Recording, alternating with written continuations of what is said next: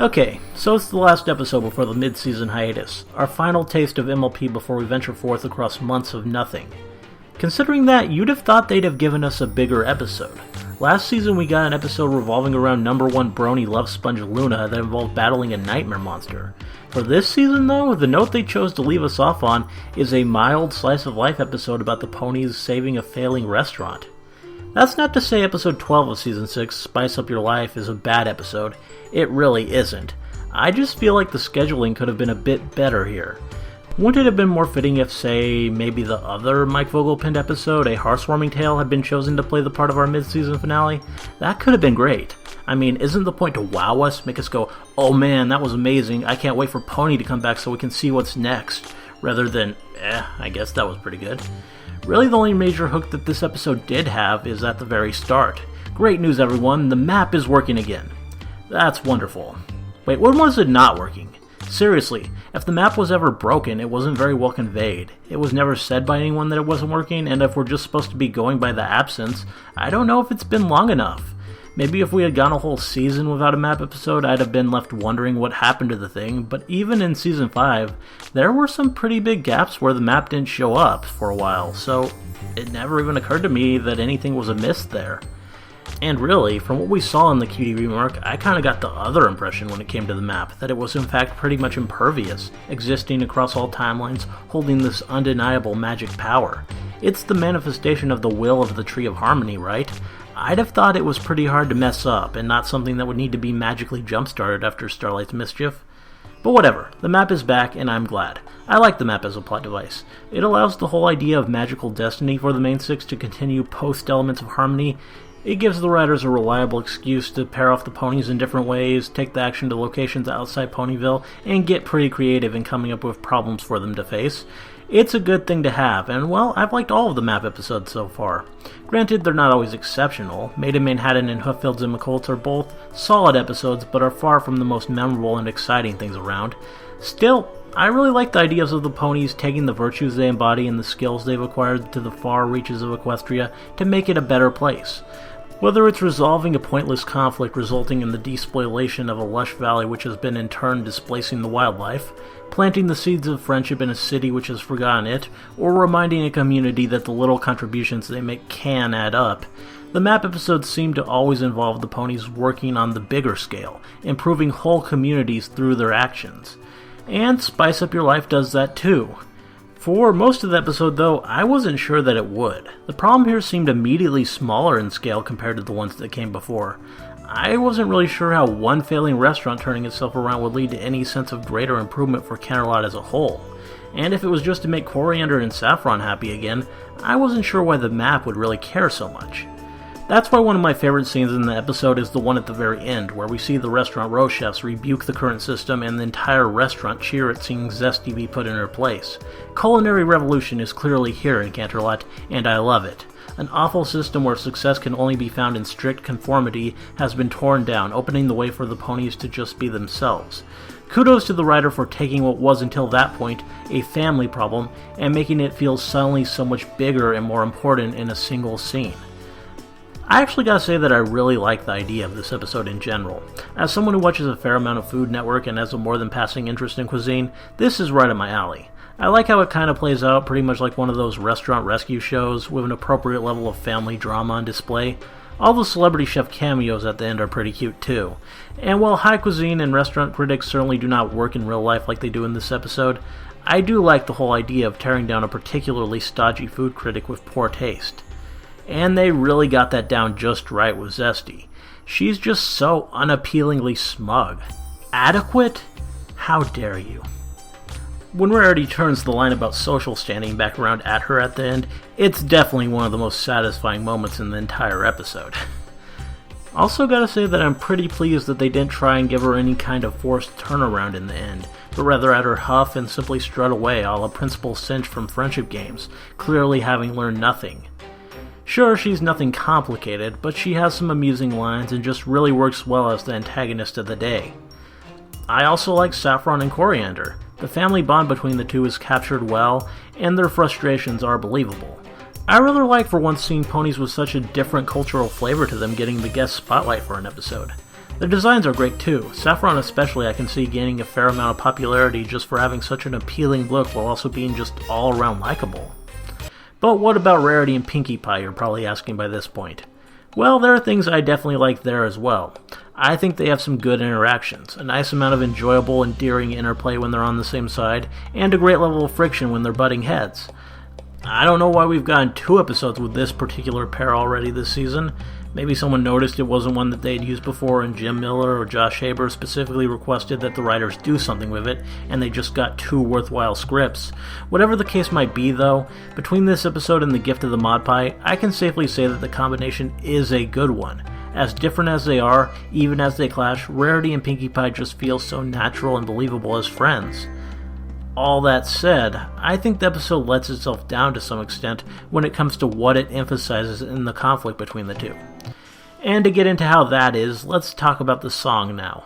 Normally in a review I'd save talking about the song or songs in an episode until near the end, but here the song is really at the crux of my biggest problems with the episode. You see, the song of the day, It's Gonna Work, is simultaneously the best part of the episode and the worst. With its clear Bollywood inspiration, it's immediately distinct and stands as something I never would have ever thought I'd see from the show. It's simply unique, and the alluring groove and the beat are very appealing.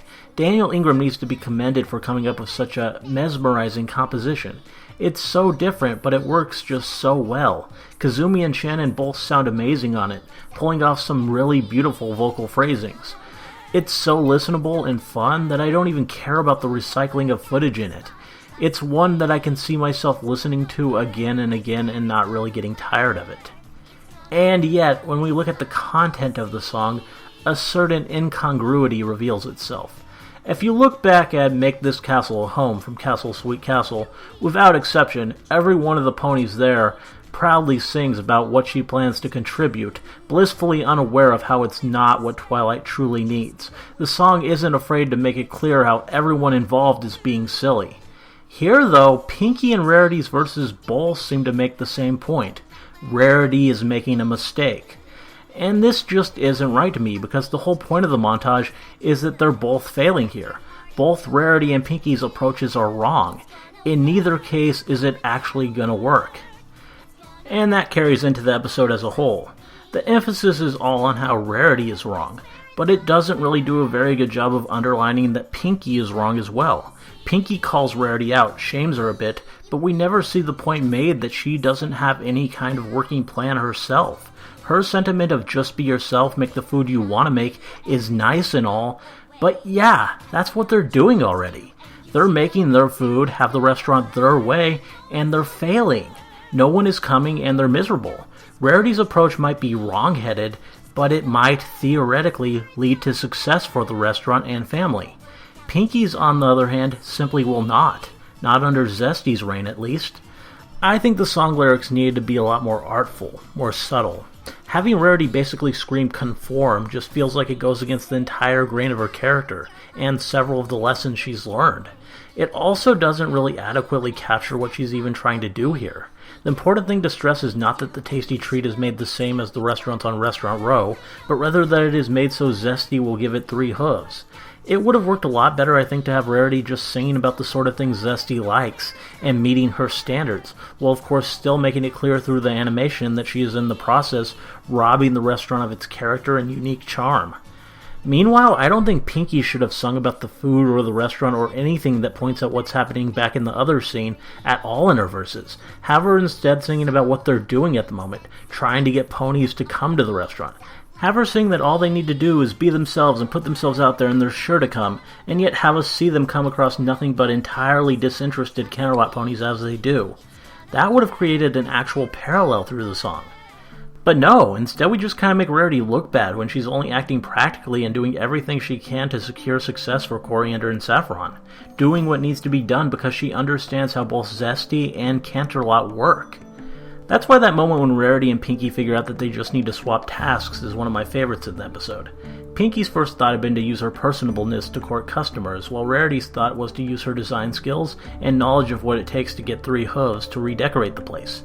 But instead what they needed was for Rarity to use her charm and clout in Canterlot, and Pinkie to use her knack for creating a comfortable atmosphere.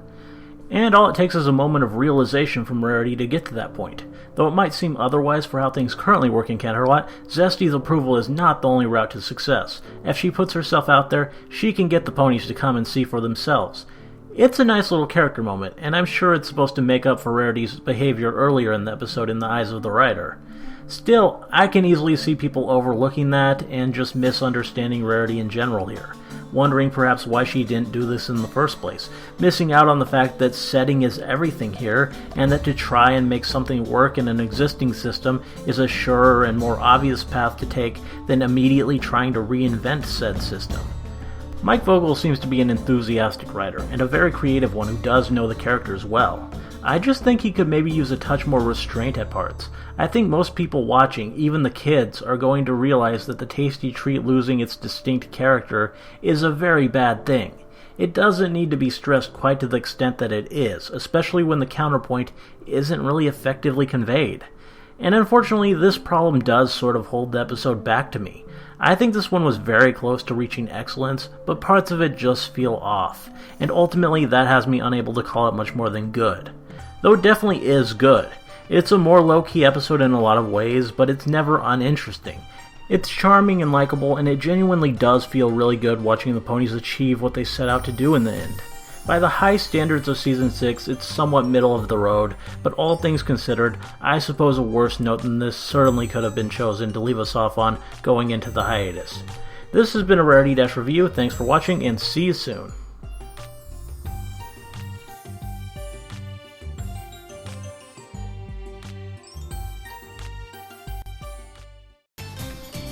Wait a second. Minuet? Minuet won't even come? But I thought her and Pinky were... No. Fail, out of character, inexcusable.